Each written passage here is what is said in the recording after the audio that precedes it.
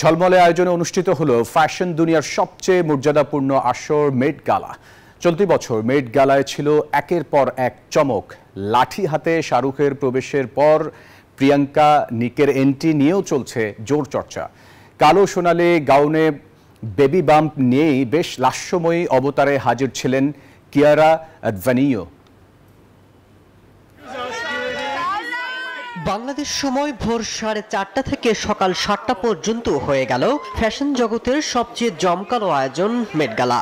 New ইয়র্কের metropolitan museum of আর্টে আসর বসে দুনিয়ার সেরা তারকাদের।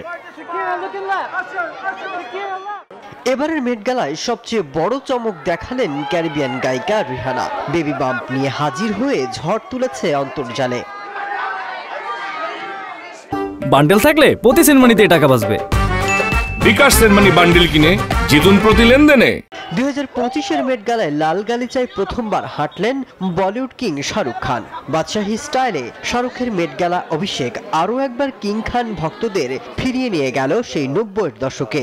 ডিজাইনার সাব্যসাচী মুখোপাধ্যায়ের পোশাকে নজর কাড়েন বলিউড সুপারস্টার। পরনে কালো স্যুট, কোমর বন্ধন আর কালো সিল্কের শার্টের সাথে নেকলেট। শরীরে ভারী গহনার সমাহার সবার নজর কাড়ে। My designer Sabyasachi. Priyanka Chopra মেট গালাতে এলেন নিক জোনাসের হাত ধরে। বেবি বাম্প নিয়ে মেট গালার লাল গালিচায় দেখা মেলে কিয়ারা আডভানিকে। গেল বছরের সবচেয়ে আলোচিত গায়িকাদের একজন চ্যাপেল রন। এই গায়িকাও আলো ছড়িয়েছেন মেট গালায়। আলোচিত তরুণ অভিনেত্রী জেন্ডায়া নজর কেড়েছে সাদা পোশাকে।